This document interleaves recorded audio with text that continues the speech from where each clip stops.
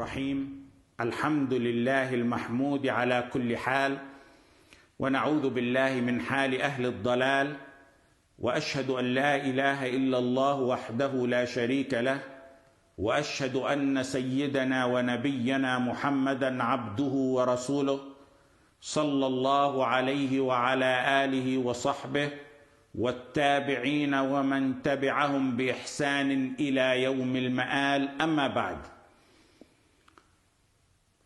Towards the end of the last khatira, we were talking about some who are deprived from the Qur'an, and we said it's tawfiq from Allah to be attached to the Qur'an. And we ask Allah subhanahu wa ta'ala to grant us that tawfiq. Attachment to the Qur'an doesn't come overnight. It takes practice and persistence. In order to taste the sweetness of the Qur'an, you need to befriend it, as we said. A true friendship, as we emphasized. You need to break the lock on the heart by befriending the Qur'an. أَفَلَا يَتَدَبَّرُونَ الْقُرْآنَ أَمْ عَلَىٰ قُلُوبٍ أَقْفَالُهَا. Do they not have tadabbur of the Qur'an? Do they not contemplate the Qur'an? Do they not think deeply of the Qur'an? Or do their hearts have locks on them? Locks from understanding it. Hearts with locks, metal, like metal, iron cast locks. Tawheed doesn't enter those hearts and kufr doesn't leave those hearts. Goodness doesn't penetrate those hearts and the evil doesn't leave those hearts. They're locked. Quran doesn't penetrate those hearts. Locked hearts are hearts that rejoice with human worldly talk, but they feel constrained when it comes to the word of Allah. Locked by sins and arrogance and bid'ah and shirk. The locks are on the hearts, not on the Quran. The Quran has no locks on it. It's open. The hearts are what are locked. It's locked so the understanding and contemplation of the Quran doesn't penetrate those hearts. You melt the locks with the brightness of Iman. Once those locks are melted off, the Quran will penetrate and seep into those hearts. أَفَلَا يَتَدَبَّرُونَ الْقُرْآنَ. Do they not have deep thinking, tadabbur, contemplation of the Quran? Tadabbur is slightly different than understand. وَأَقِيمُوا الصَّلَاةِ. Perform your salah. Understanding is perform your salah. Contemplate the deep thinking of that tadabbur. How does this apply to me? How's my salah? How am I applying this? How am I fulfilling this command? If the Quran was taught to a deaf, firmly fixed, firmly anchored, inanimate mountain, it would tremble and be humbled and torn apart and crumbled in fear of Allah subhanahu wa ta'ala. لو أنزلنا هذا القرآن على جبل لرأيته خاشعا متصدعا من خشية الله. But hearts of tissue don't tremble, nor do they even get affected by the word of Allah. ثم قست قلوبكم من بعد ذلك فهي كالحجارة أو أشد قسوة. Their hearts hardened and became like rocks or even harder. Allah subhanahu wa ta'ala compared their hearts to rocks rather than metal. Because unlike rocks, metal has the potential of softening when heated. Rocks don't. Some reached a level of hardening where there's no going back. They reached levels where there's no more softening of those hearts. وَالْعِيَاذُ بِاللَّهِ. Having a hard heart that doesn't soften to the words of Allah, to the commands of Allah, is an inconspicuous punishment from Allah subhanahu wa ta'ala. نسأل الله السلامة. فَوَيْلٌ لِلْقَاسِيَةِ قُلُوبُهُم مِّن ذِكْرِ اللَّهِ أُولَٰئِكَ فِي ضَلَالٍ مُّبِينٍ. Malik ibn Dinar said, there's no punishment bigger than having a hard heart. Abandoning the recitation and the meaning, the tafseer, and acting upon it is a disastrous recipe to attaining a hard heart. May Allah subhanahu wa ta'ala save us from that. Befriending the Qur'an is the solution. The Qur'an is a missile of truth that at times penetrates hearts of disbelievers and some who don't understand the meaning or the language. Imagine its effect when it's contemplated with full belief and understanding. I said in the lecture on Qiyam, maybe around 10 years or so ago, a common denominator among the revivers of Islam, the ulama of haqq, the imams of haqq, the ulama, the shuhada, the common denominator they had is Qiyam. Qiyam is intertwined with the Qur'an. وَمِنَ اللَّيْلِ فَتَهَجَّدْ بِهِ نَافِلَةً لَكَ فَاقْرَأُوا مَا تَيَسَّرَ مِنَ الْقُرْآنِ فَاقْرَأُوا مَا تَيَسَّرَ مِنْ. Night prayers intertwined with Qur'an. How do you think the imams who stood against the globe were able to handle it? Without the attachment and bond at nighttime with Allah subhanahu wa ta'ala and the recitation of the Qur'an, they would have failed miserably at the first test. When one overcomes the difficulty of taking from his comfort and leisure time to spend with the Qur'an, Allah subhanahu wa ta'ala will open his heart and mind to the right path, and He'll keep him steadfast on it. وَإِنَّهُ لَكِتَابٌ عَزِيزٌ. Qatada said, أَعَزَّهُ اللَّهُ لِأَنَّهُ كَلَامُهُ. Aziz, Allah honored it. Allah honored it. Qatada said, because it's the word of Allah. It's the word of Allah. It's Aziz. Lower and humble yourself to that which is honored, which is Aziz, so you can reap and attain its benefits. If you want to get the benefits of the Qur'an, you need to be dedicated and give the Qur'an from yourself. If you want to be the most upright, the most righteous in every imaginable way, dunya and akhirah, dedicate time and effort to the Qur'an. إِنَّ هَذَا الْقُرْآنَ يَهْدِي لِلَّتِي هِيَ أَقْوَمُ. أَقْوَمُ. The Qur'an guides to that which is most upright. Upright in what? Upright in everything. أقوم in belief.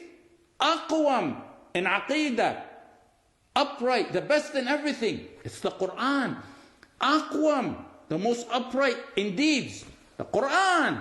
أقوم, the most upright in manners. The Qur'an.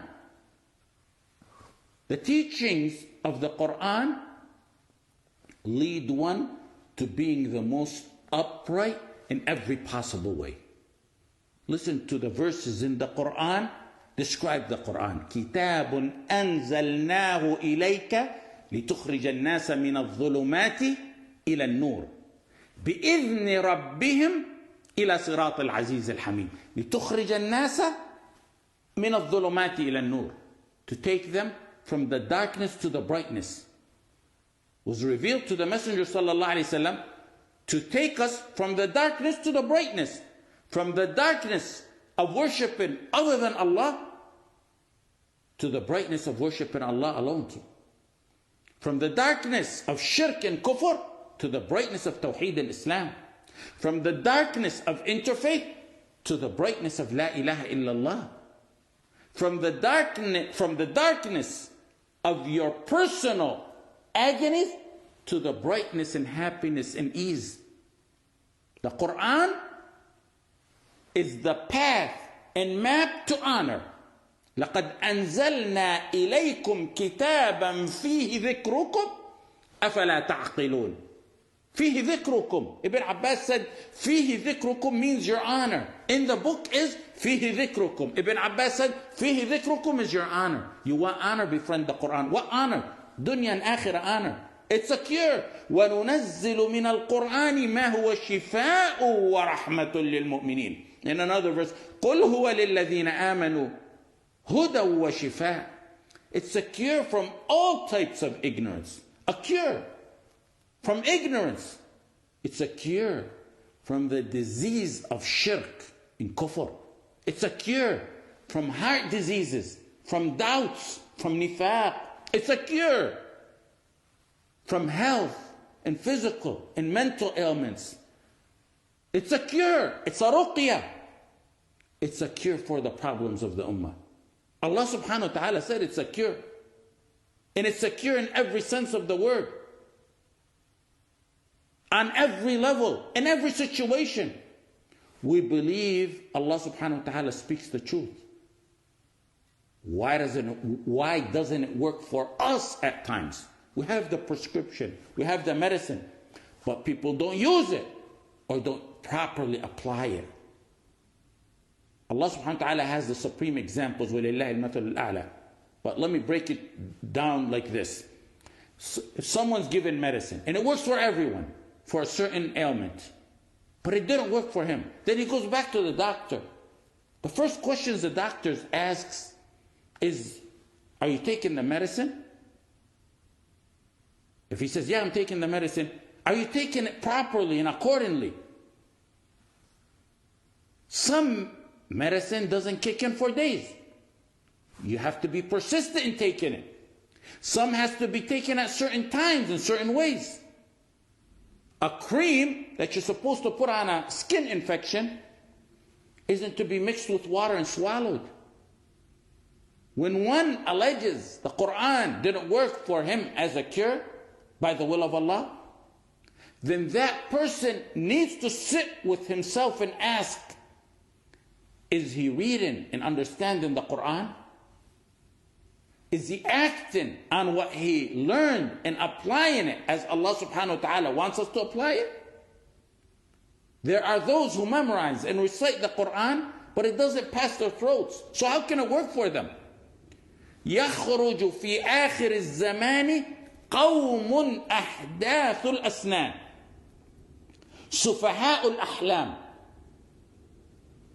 يقرؤون القرآن لا يجاوز تراقيهم. There will be those who recite the Quran.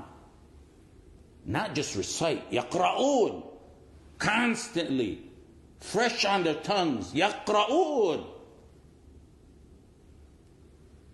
It won't go deeper than their collarbones or above their throats. It wasn't properly understood. And if it wasn't properly understood, how can you attain the benefits of it? How can one practice it? And therefore the conclusion is that the recitation is rendered useless. لا يجاوز تراقيهم. If you want your children to be imams of the Muslimin, raise them on the Quran. Not just memorizing, even though memorizing is extremely essential, and I've emphasized that many times. If you raise them only on reading and memorizing and beautifying their voices and showing off with that, not knowing the meaning and not acting upon it, they'll grow up to make their parents a fortune and attain some fame, but they'll end up being among the first to be tossed into Jahannam, as the hadith in Sahih Muslim states. وَقَرَأْتَ الْقُرْآنَ لِيُقَالْ هُوَ قَارِئٌ فَقَدْ قِيلَ ثم أمر به فسحب على وجهه حتى ألقي في النار. They'll get tossed in Jahannam on their faces if they show off with the Quran, if that's their mere purpose of reciting it. If you raise them on reading and memorizing and implementing the Quran as the Sahaba were raised, read, memorize, understand, act upon it, then it's likely they'll die young or go to prison or be leaders of the globe. All of that is the same to us. All of that is equal in our eyes so long as we live by the Qur'an. What's important is to live on Tawheed, acting upon Tawheed from that Qur'an. Once they live on it, they will raise their rank and their parents' rank in the Akhirah. And that's what matters. Illuminate the hearts of your children by memorizing, understanding, and acting upon the Qur'an, and there will be nothing that can extinguish that brightness by the will of Allah. When the ulama of the haqq from the past, the globe fought their work, century after century, force after force, but they couldn't extinguish their work. Why? Because they illuminated their work with the brightness from the Qur'an. When you illuminate your life and heart and work and your children with the brightness from the Qur'an, nothing can extinguish that by the will of Allah. What I'm saying is actually what the Salaf said in a one-liner. They made it simple and brief. Ibn Mas'ud, Ibn Umar, and Abdul Rahman al-Sulami all mentioned it in different wordings. They said, كان الرجل منا إذا تعلم 10 آيات لم يجاوزهن حتى يعرف معانيهن والعمل بهن. The companions would learn to recite 10 verses from the Qur'an, from the Messenger sallallahu alaihi wasallam. They wouldn't go to the next verses until they understood those verses and they acted upon them. And in some narrations they said, we learned the knowledge and to act upon it. Ibn Umar radiallahu anhuma added to that, he said there came people who recited the Qur'an from the Fatiha to the end of it. Imagine this is during his time. He said there came a time where people began to recite the Qur'an from the Fatiha to the end of it, not knowing what Allah subhanahu wa ta'ala ordered, nor what He refrained from. And then he said, وَيَنْثُرُهُ نَثْرَ الدَّقِلِ. He compared some of the recitation of the people during his time to نَثْرَ الدَّقِلِ. A-daqil is dry, hard dates. When they're taken off branches, they come off easily and quickly, making tapping noises when they fall onto one another. وَيَنْثُرُهُ نَثْرَ الدَّقِلِ, meaning they recite the Qur'an fast, not knowing what they read, with the sound of the recitation like the sound of a daqil, the tapping noises of the hard dates when they fall onto one another. Okay. Imagine if he lived to see the situation today. With this we'll stop, inshallah. Jazakumullahu khaira. Wa sallallahu ala Sayyidina Muhammad wa ala alihi wa sahbihi wa sallam.